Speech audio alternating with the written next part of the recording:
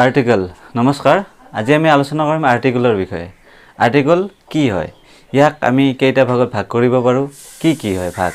গতিকে তাৰ বিষয়ে আজি আমি আলোচনা কৰিম কিন্তু আৰ্টিকলৰ বিষয়ে আলোচনা কৰাৰ আগত আমি তিনিটা মান বিষয় আৰ্টিকলৰ লগত লিংক থকা যেনে ধৰণৰ নাউন প্ৰথমটো হল নাউন দ্বিতীয়টো হল ভাৱেল আৰু 3 নম্বৰটো হল ডিটাৰমিনাৰ্ছ এটা আৰ্টিকলৰ বিষয়ে জানিবলৈ হলে আমাক এই তিনিটা বিষয় বহুত ইম্পৰ্টেন্ট হয় তাৰে প্ৰথমতে আমি ভাৱেলৰ বিষয়ে অকমান জানিলো ভাৱেল হল ইংৰাজীত ভাৱেল হল পাঁচটা এ ই আই ও আৰু ইউ এই পাঁচটাক ইংৰাজীত ভাৱেল বুলি কয় আৰু অসমীয়াত ইয়াক আমি স্বৰবৰ্ণ বুলি কওঁ যেনে অ আ ঠিক তেনেকৈ ইংৰাজীত ভাৱেল এতিয়া আমি জানি লম নাউন what is noun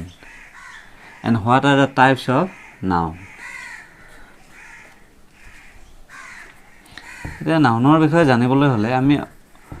আমি অকমান অসমীয়াটো আলোচনা কৰি চাম নাউন কি হয় কাৰণ কিয় আমি যেহেতু এছামিজ মিডিয়ামৰ ছাত্ৰ ছাত্ৰী হয় সো আমি অসমীয়াত সোনকালে বুজি পাও সেইকাৰণে আমি অকমান অসমীয়াটো আলোচনা কৰিম আজি আমি চাম কি এতিয়া চাম নাউন আজিৰ মেইন বিষয়টো হল আৰ্টিকল এতিয়া চাম আমি নাউন নাউনক অসমীয়াত বিশেষ্য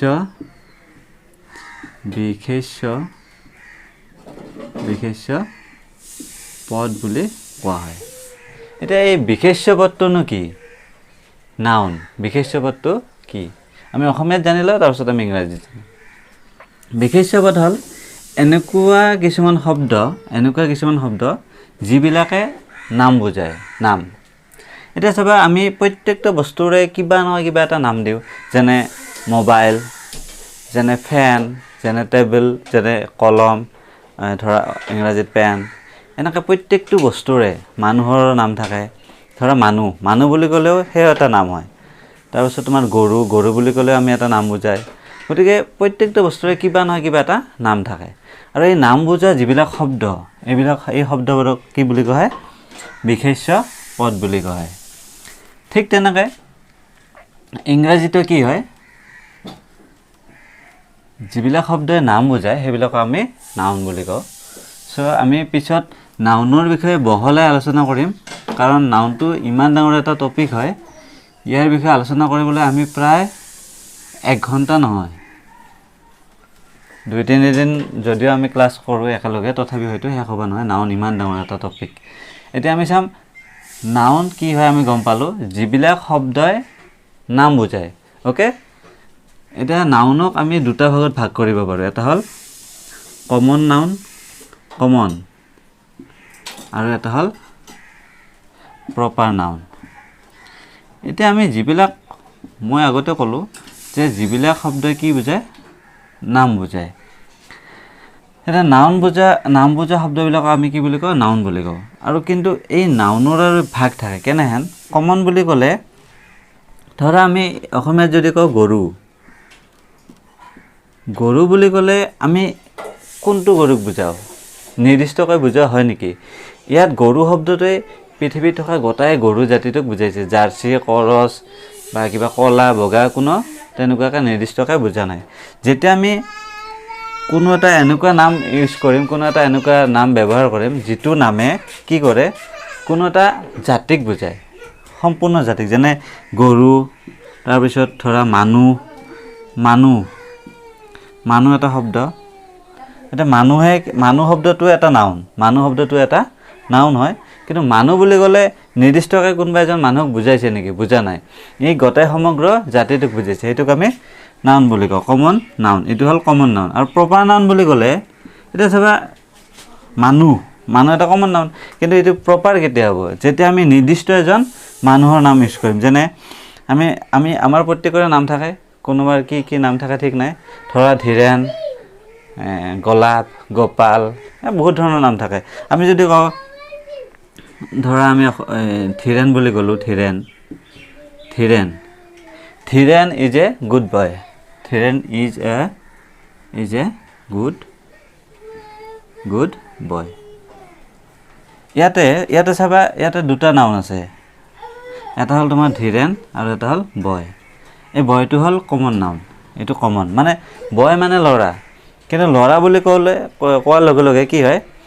নিৰ্দিষ্টকৈ কোনো এজন মানুহক বুজোৱা হোৱা নাই ল'ৰা মানে গোটাই ল'ৰা জাতিটোক বুজাইছে কিন্তু ধীৰেন বুলি কওঁতে প্ৰপাৰলি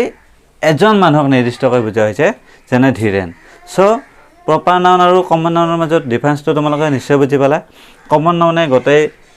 জাতিটোক বা গোটেই এটা বস্তু যেনে ধৰা কাউ চৰি মই অসমীয়াত বুজাই আছিলোঁ এতিয়া অকণমান ইংৰাজীটো চাম কেইটামান ইংৰাজীত শব্দ চাম যেনে ধৰা হ'ল কাউ মানে হ'ল গৰু কাউ শব্দটোৱে কি বুজাইছে ইয়াতে গোটেই জাতিটোক বুজাইছে কাউ কমন নাউন বুলি ক'লে কাউ মেন ওমেন এইবিলাক শব্দই কি বুজায় কমন নাউন আৰু প্ৰপাৰ নাউন বুলি ক'লে সংগীতা তাৰপিছত ধৰা তুমি গোলাপ এইবিলাক হ'ল মানুহৰ নাম যদি আমি প্ৰপাৰলি ঠাই এখনৰ নাম কওঁ যেনে গুৱাহাটী হয় নে নাই গুৱাহাটী আসাম এইবিলাক কি হয় এইবিলাক হয় প্ৰপাৰ নাউন য'ত নিৰ্দিষ্টকৈ কোনো এখন ঠাই কোনো এটা বস্তু কোনো এটা জন্তু নিৰ্দিষ্টকৈ কোনো এজন মানুহৰ নাম নিৰ্দিষ্টকৈ বুজোৱা হৈছে এইটোক প্ৰপাৰ নাউন বুলি কয় আৰু এইটোক কয় কমন নাউনত গোটেই জাতিটোক বুজায় এতিয়া আমি চাম কমন নাউনৰো আকৌ দুটা ভাগ আছে কমন নাউনৰ কেইটা ভাগ আছে দুটা ভাগ আছে এটা হ'ল কাউণ্টেবল নাউন আৰু এটা হ'ল আনকাউণ্টেবল নাউন এতিয়া আমি চাম কাউণ্টেবল নাউন কাক কয় আনকাউণ্টেবল নাউন কাক কয় এইবিলাক চোৱাৰ মেইন কাৰণটো হ'ল যেতিয়া আমি আৰ্টিকলৰ কথা আলোচনা কৰিম তেতিয়া আমি এইবিলাক বস্তু জানিব লাগিব নাউন কি পালোঁ কমনৰ দুটা ভাগ পাম এটা হ'ল কাউণ্টেবল আৰু এটা হ'ল আনকাউণ্টেবল কাউণ্টেবল মানে হ'ল যিটোক আমি হিচাপ কৰিব পাৰোঁ যিবিলাক নাউনক যিবিলাক কমন নাউনক প্ৰপাৰ নাউন নহয় দেই কমন নাউন যিবিলাক কমন নাউনক আমি হিচাপ কৰিব পাৰোঁ গণিব পাৰোঁ সেইবিলাক কোৱা হয় কাউণ্টেবল যেনে ধৰা মানুহ এনেকুৱা এটা নাউন কমন নাউন যিটোক আমি গণিব পাৰোঁ ধৰা হ'ল এই গাঁওখনত কিমান মানুহ আছে এই পৃথিৱীত কিমান জনসংখ্যা আছে আমি সকলোৱে জানো আমাৰ ভাৰতত প্ৰায় 130 কোটি জনসংখ্যা আছে মানে এইটো আমি হিচাপ কৰিব পাৰোঁ হিচাপ কৰিছোঁ আমি সেইকাৰণে পাইছোঁ গতিকে আমি আমাৰ গাঁৱত কিমান আছে আমাৰ ঘৰত কিমানজন আছে ধৰা 5 জন সদস্য তেনেকৈ যিবিলাক শব্দক আমি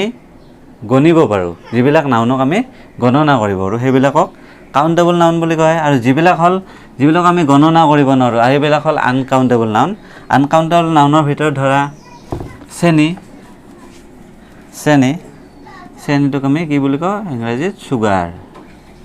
চুগাৰ এইটো হ'ল আনকাউণ্টেবল নাউন চেনি গণিব পাৰে নেকি নোৱাৰে গতিকে আনকাউণ্টেবল নাউন কোনবিলাক হয় যিবিলাক নাউনক আমি গণিব নোৱাৰোঁ চুগাৰ